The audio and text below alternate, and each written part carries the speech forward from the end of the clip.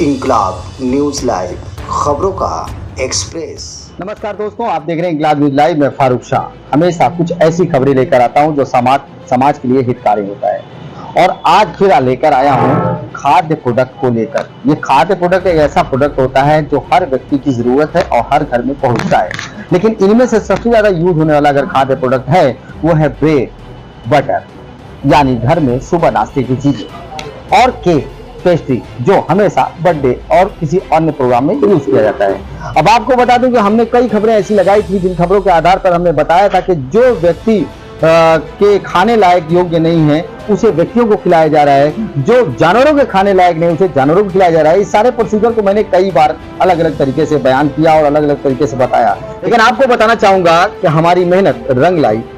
मुंबई गुने टाइम्स ने अंधेरी, गोरेगांव, मलाड, ऐसे तमाम क्षेत्रों में अपनी सर्वे रिपोर्ट तैयार की। हमने अपने खबरों के माध्यम से गोरेगांव के आरे कॉलोनी के अंदर का कई ऐसे मामले को खुलासा किया जिसे लेकर प्रशासन के कान खड़े हो गए कि ये क्या हो रहा है, और हाय तौबा मची अपराधियों ने। और हमें थोड़ी तो कामयाबी मिली, थोड़ी ही सही, लेकिन मिली तो सही। कुछ लोगों की जान तो बची सही, और कुछ कंपनियां अब भागने की फिराक में लग गई हैं। कुछ यहां से भाग करके गुजरात का रुख इख्तियार कर रही हैं। वसई विरार में भी, सुपारा फाटा में, पिल्हार गांव में एक ऐसी फर्जी वेल्डर था जो अब शटर बंद कर ताला लगाकर भाग चुका है।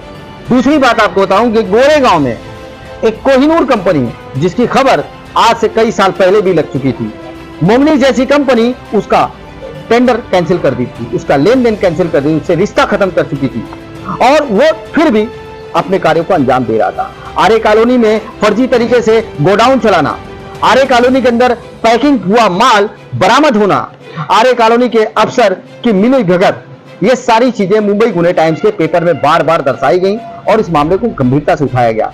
उसके फलस्वरूप एक रिपोर्ट हमारे हाथ लगी है। इस रिपोर्ट में आप देख सकते हैं बाकायदे महाराष्ट्र प्रदूषण नियंत्रण मंडल की तरफ से दिया गया एक रिपोर्ट है जिसमें साफ तौर पर बताया गया है कि कोहिनूर जैसी कंपनी हमारे सिस्टम से बाहर है, यानी लीगल प्रोसीजर से बिल्कुल बाहर है।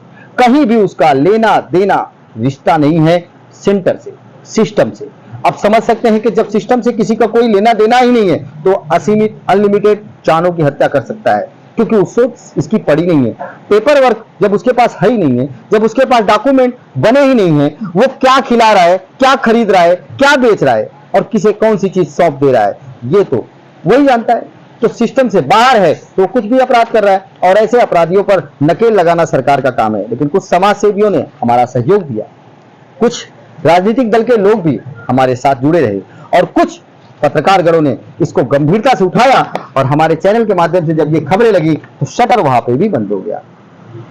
मुंबई में भी अब इनके पास पैदल निकल भागने का रास्ता बचा है, और वसई विरार से भी ये निकल चुके हैं ताला मार के, अब गुजरात का रुख इख्तियार कर रहे हैं। ऐसी कुछ सूत्रों से खबर प्राप्त हुई है, लेकिन अभी अपराध इनका जिंदा है और अपराधी भी मैदान में है। भाग के कहां जाएंगे, हम अपराधियों के विषय में और भी जानकारी लेकर आएंगे और जिसे आपके सामने प्रसारित करेंगे।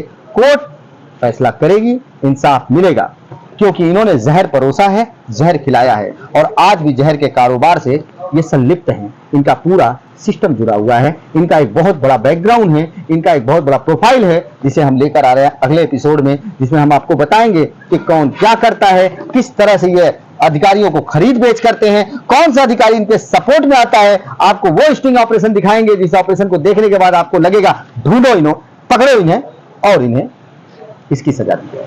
फिलहाल कानून इनको सजा देगी। आप देख रहे हैं इंकलाब न्यूज लाइव। हमारे चैनल को अगर अब तक आपने सब्सक्राइब नहीं किया तो सब्सक्राइब करिए, लाइक करिए, शेयर करिए और जुड़े रहिए हमसे अगली खबर के इंतजार में। जय हिंद, जय भारत।